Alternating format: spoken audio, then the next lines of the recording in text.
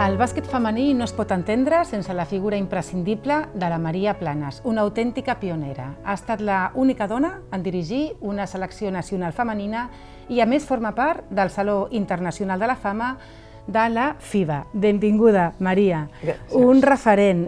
Amb 87 anys tens una trajectòria espectacular, has trencat barreres. De què et sents més orgullosa? De tota la feina que he fet, sense pensar que anava a fer jo, en aquell moment que vaig començar com a jugadora, però després ha anat tot succeint i com que m'agrada molt el bàsquet, doncs això és el que em sento molt orgullosa, posar les primeres pedretes, que encara hi ha persones que han jugat abans, com en Pau Descansi, l'Encarna Hernández, que va morir ara potser fa un any, en 105 anys. Déu-n'hi-do, Déu-n'hi-do, pioneres en majúscules, perquè estem parlant de que fa 74-75 anys no era tan fàcil que una nena jugués a bàsquet, no? Com van ser els teus inicis? Els meus inicis van ser que en aquella època les parròquies es cuidaven a fer activitats, el que potser ara fan de l'Ajuntament, que posa els... Bueno, ara no me surt. Sí, els campus, això que fan. Sí, tot això que fan. Sí. Aleshores, jo em vaig per una noia que ens va venir a entrenar, que ens va ajudar i va dir, mira, ara us ensenyaré a jugar. I en un camp com aquesta habitacioneta, amb un aro vam començar a aprendre. Va tenir un accident aquesta noia i vam quedar una mica així. Però després ja el meu marit, com que ja també amb els nois ja començava ell a entrenar, aleshores ens va ajudar a nosaltres. I ens va començar i vam fer un equip femení de noies amb moltes dificultats.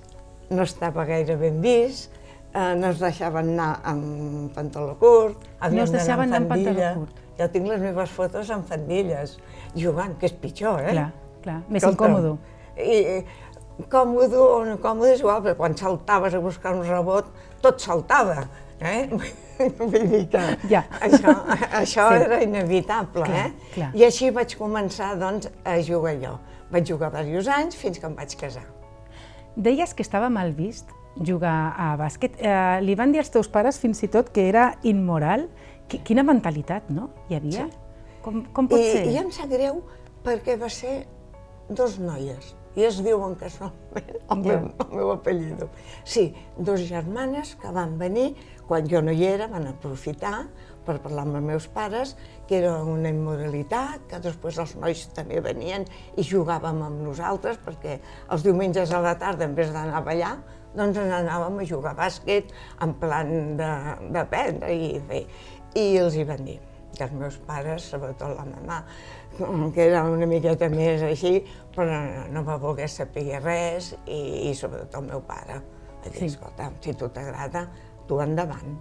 T'empantava la passió, no? És igual que plogui, és igual anar amb faldilles. A mi m'era igual. Vaig agafar una afició tan gran, que després, a la vida, continuant jugant, que vaig deixar massa jove, i això m'ha quedat una mica dins a mi, perquè a mi m'agradava molt jugar. Però aquella passió és la que jo he volgut transmetre a les més joves. Per això jo vaig voler fer entrenadora, perquè disfrutessin el que jo vaig disfrutar. Clar, ara passem a la teva etapa, que primer els obstacles de ser jugadora, però després va ser pionera a les banquetes també, no? Sí. Com va ser aquest pas? Vas arribar a tenir fins i tot 54 partits com a seleccionadora nacional. Com es va viure la teva arribada a les banquetes?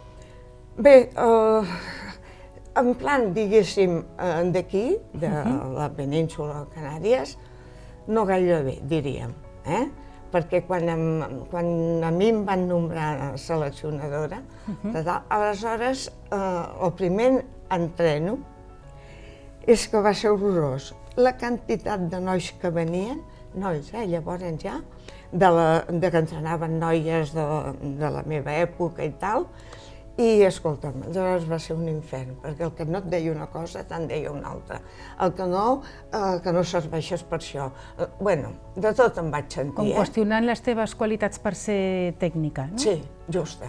que això no havíem vist mai, suposo. A Madrid sí que hi havia hagut una noia tècnica molt bona, però aquí a Barcelona n'hi havia hagut, però en categories inferiors algunes, però en categoria ja, inclús estatal, com jo ja feia a les lligues nacionals i amb l'equip nacional, doncs vaig ser la primera.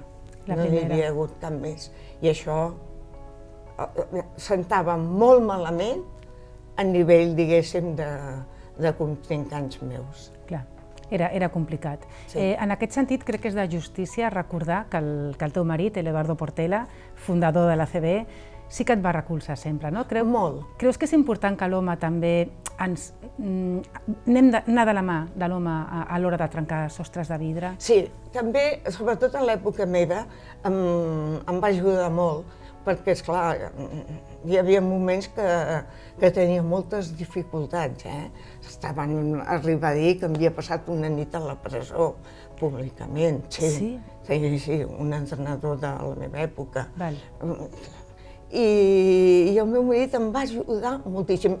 Precisament ell, el que em va demanar, com que em vaig casar i no fèiem res, i a aquella època semblava que les noies no podien treballar i jo m'avorria a casa, aleshores va ser quan em va dir, doncs vine, el Guinardó, que ell era directiu i jo és on havia sortit de jugadora, hi ha moltes noies, vols cuidar-te en tu i fer una organització? Dic sí. Molt bé. Me'n vaig anar al Guinardó, que és un barri, ja sabem, de Barcelona, i allà vaig començar a organitzar totes les que volien jugar, que verdament els hi agradés. No venia a fer el tonto, que això no ho suportava jo. Jo volia que vinguessin a jugar i amb ganes, tant si tenien condicions com si no. És igual, però que tinguessin ganes. I així vaig començar a formar un equip. Maria, he llegit que quan et van anunciar que entraves al Saló de la Fama de la Federació Internacional, et pensaves que et prenien el pèl. Sí. Sí? Com va anar això? Va ser, bueno, jo amb això dels telèfons, era quan el meu marit el va preparar i jo anava a entrar a la UCI i amb això em truquen. I veig un número que no conec, però va, contesta. Contesto i primer en anglès. I en anglès no acabava de pescar res. I dic, ui, Maria. Llavors vaig sentir que deien de la Fama, de la FIBA, no sé quantos, i llavors em vaig dir, bueno, doncs que em truquin en espanyol. I dic, Maria, vés en compte, perquè això és una tomadura de pèl que t'està fent algú. Aleshores jo els hi vaig fer alguna pregunta per assessorar-me una mica. Em van dir que coneixien el meu marit i tal, però no m'ho vaig acabar de creure.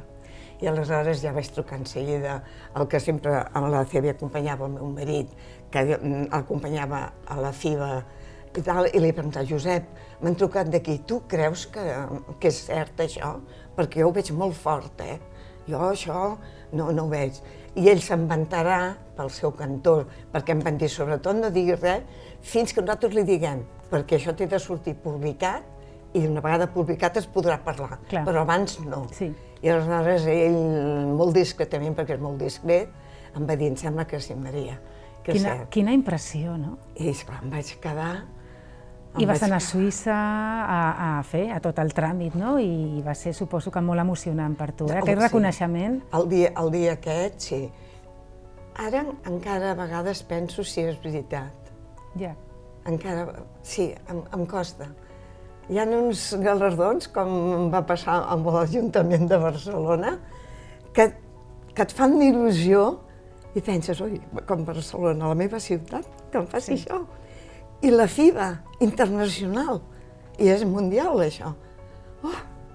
No pot ser, no pot ser. Home, més que merescut, Maria, més que merescut. Quin consell li donaries a les noies que es volen dedicar al bàsquet, a les noves generacions, que gràcies a pioneres com vosaltres han pogut trobar-se un esport també fet per elles? Quin consell els donaries? Jo, primer de tot, que tinguin molta il·lusió.